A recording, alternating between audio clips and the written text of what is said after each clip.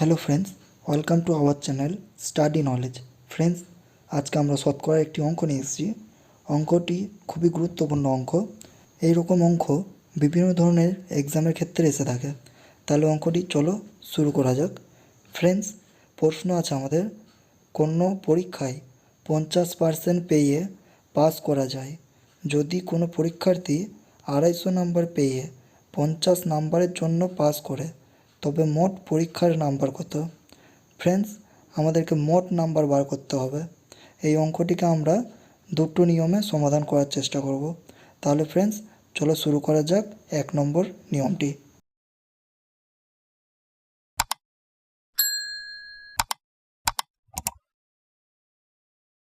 আমাদেরকে মোট নাম্বার চেয়েছে, কত নাম্বার।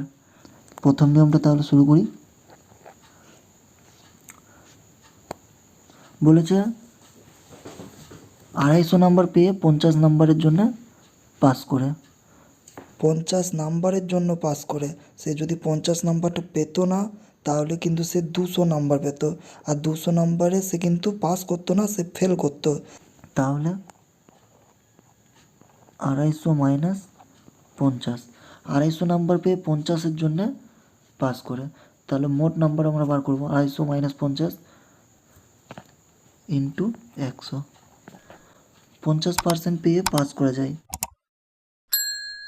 50% প্রথমে।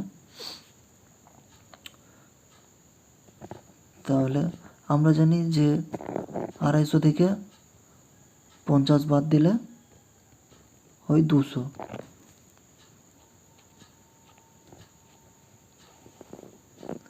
তাহলে 200 ইন্টু 100 বাই 50।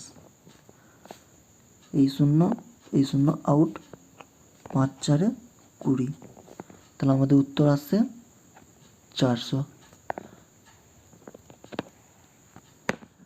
এবার দ্বিতীয় নিয়মটা দেখব কী করে করা যায়। তাহলে আমাদের প্রশ্ন আছে 250 নাম্বার পেয়ে 50 নাম্বারের জন্য পাস করে। তাহলে সেম মাইনাস করব।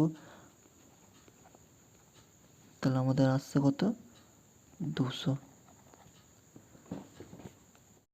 তাহলে ফ্রেন্ডস, 50-এর জন্য যদি 200 হয়, তাহলে 100-র জন্য কত হবে?